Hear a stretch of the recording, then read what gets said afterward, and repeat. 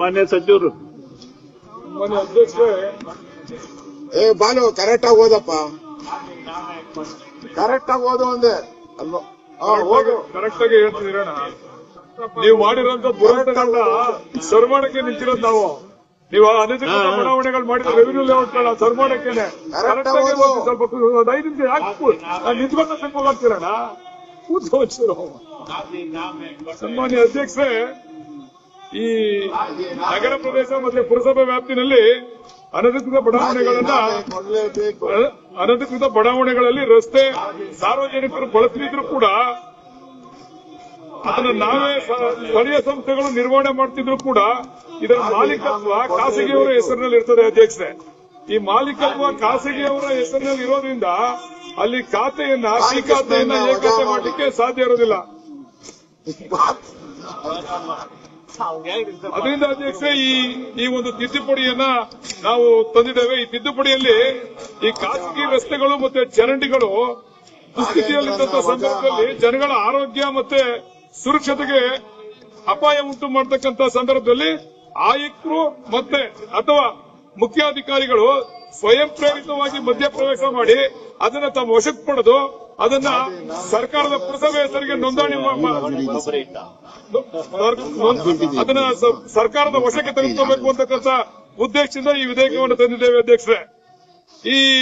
ಆ ವ್ಯಾಪ್ತಿನಲ್ಲಿ ಏನ್ ಮಾರಾಟ ಮಾಡಿರ್ತಾರಲ್ಲ ಅಧ್ಯಕ್ಷರೇ, ಅಲ್ಲಿ ಖಾಸಗಿ ವ್ಯಕ್ತಿಗಳು ಇದನ್ನ ನಾವು ಉತ್ತರಕ್ಕೆ ರಸ್ತೆ ಇದೆ, ದಕ್ಷಿಣಕ್ಕೆ ರಸ್ತೆ ಇದೆ ಅಂತ ಹೇಳಿ ಏನವರು ರಿಜಿಸ್ಟ್ರೇಷನ್ ಮಾಡತಕ್ಕಂಥ ಸಂದರ್ಭದಲ್ಲಿ ನಮೂದು ಮಾಡಿರ್ತಾರಲ್ಲ, ಆ ದೃಷ್ಟಿಯಿಂದ ಸ್ವಯಂ ಪ್ರೇರಿತವಾಗಿ ನಾವು ಆ ರಸ್ತೆಯನ್ನ ಮುನ್ಸಿಪಾಲಿಟಿ ವ್ಯಾಪ್ತಿಗೆ ತೆಗೆದುಕೊಳ್ಳಲಿಕ್ಕೆ, ಕಾರ್ಪೊರೇಷನ್ ವ್ಯಾಪ್ತಿಗೆ ತೆಗೆದುಕೊಳ್ಳಲಿಕ್ಕೆ ಈ ವಿಧೇಯಕವನ್ನ ಮಂಡಿಸಿದ್ದೇವೆ ಅಧ್ಯಕ್ಷರೇ.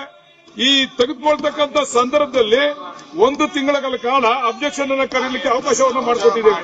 ಅವ್ರೇನಾದ್ರೂ ಕೂಡ ಅಬ್ಜೆಕ್ಷನ್ ಅನ್ನ ಮಾಡಿದ್ರೆ 1 ತಿಂಗಳು ಅವಕಾಶ ಇರ್ತದೆ, ಅದಕ್ಕೆ ಅಬ್ಜೆಕ್ಷನ್ಗೆ 1 ತಿಂಗಳು ಅವಕಾಶ ಇರ್ತದೆ ಅಧ್ಯಕ್ಷರೇ. ಅವ್ರೇನಾದ್ರೂ ಕೇಳಬಹುದು. ಇದರ ಉದ್ದೇಶ ಏನು ಅಂದ್ರೆ ಅಧ್ಯಕ್ಷರೇ, ಇದರ ಉದ್ದೇಶ ಏನು ಅಂದ್ರೆ ಅಧ್ಯಕ್ಷ, ಪ್ರಮುಖವಾಗಿ ಅದಕ್ಕೆ ಯಾವುದೇ ಪರಿಹಾರವನ್ನು ಕೂಡ ಅವ್ರು ಕೇಳಲಿಕ್ಕೆ ಸಾಧ್ಯ ಇಲ್ಲ. ಯಾತಕ್ಕೋಸ್ಕರ ಸಾಧ್ಯ ಇಲ್ಲ ಅಂತಂದ್ರೆ, ಅವ್ರಿಗಾಗಲೇ ಇಲ್ಲಿಗಲ್ ಆಗಿ ಲೇಔಟ್ಸ್ ಗಳನ್ನ ಮಾಡಿ ಅದರಿಂದ ಹಣ ಕೊಡ್ತಿದ್ದಾರೆ. ಅದರಿಂದ ಆ ಒಂದು ರಸ್ತೆಗಳ ಮೇಲೆ ಅವ್ರಿಗೆ ಹಕ್ಕಿರೋದಿಲ್ಲ. ಅದರಿಂದ ಆ ರಸ್ತೆಗೆ ಯಾವುದೇ ಪರಿಹಾರವನ್ನು ಕೊಡಲಿಕ್ಕೆ ಸಾಧ್ಯ ಇಲ್ಲ ಅಂತಕ್ಕಂಥದ್ದನ್ನ ಮಂಡಿಸಲಿಕ್ಕೋಸ್ಕರ ಈ ಒಂದು ವಿಧೇಯಕವನ್ನ ಮಂಡಿಸ್ತಾ ಇದ್ದೀವಿ ಅಧ್ಯಕ್ಷ. ಈಗ ಆ ವಿಚಾರವಾಗಿ ಕೆಲವು ಬಡಾವಣೆಗಳಲ್ಲಿ ಈಗೇನಾಗಲೇ ಚರಂಡಿ ಮಾಡಿರ್ತಾರಲ್ಲ, ನೀರು ಹೊರಗಡೆ ಹೋಗಕ್ಕೆ ಆಸ್ಪದ ಇರಂಗಿಲ್ಲ, ಅಂತವಕ್ಕೆ ಏನ್ ಮಾಡ್ತೀರಿ? ಇಲ್ಲಿ ಸರಿಯಾದ ಬಡಾವಣೆ ಮಾಡಿಲ್ಲ, ಚರಂಡಿ ಮಾಡಿಲ್ಲ. ಇದು ಸಾರ್ವಜನಿಕರ ಆರೋಗ್ಯದ ಮೇಲೆ, ಆ ಸಾರ್ವಜನಿಕರ ಓಡಾಡಿರ್ತಕ್ಕಂಥ ಸಂದರ್ಭದಲ್ಲಿ ತೊಂದರೆ ಉಂಟು ಮಾಡ್ತದೆ ಅಂತಕ್ಕಂಥ ಉದ್ದೇಶ ಇಟ್ಕೊಂಡೆ ಇದನ್ನ ನಾವು ಪುರಸಭಾ ವ್ಯಾಪ್ತಿಗೆ ಮತ್ತೆ ಕಾರ್ಪೊರೇಷನ್ ವ್ಯಾಪ್ತಿಗೆ ತಗೋಬೇಕು ಅಂತಕ್ಕಂಥ ಮುಂದೆ ಚರಂಡಿ ನೀರು ಮುಂದಾಡ್ಸಕ್ ಅದು ರೆವಿನ್ಯೂ ಜಾಗ ಬಿಟ್ಟು ಬಾಕಿ ವ್ಯಾಪ್ತಿಗೆ ಅದು ನಮ್ಮ ವ್ಯಾಪ್ತಿಗೆ ಬರಲ್ಲ, ಪಟ್ಟಣ ಪಂಚಾಯತಿ ವ್ಯಾಪ್ತಿಗೆ ಬರ್ತದೆ. ಅದೇ ನಮ್ಮ ವ್ಯಾಪ್ತಿಗೆ ಬಂದಿರ್ತದಕ್ಕೆ ಮಾತ್ರ ನಾವು ತಂದಿರ್ತಕ್ಕಂಥದ್ದು ಈ ಕಾನೂನು.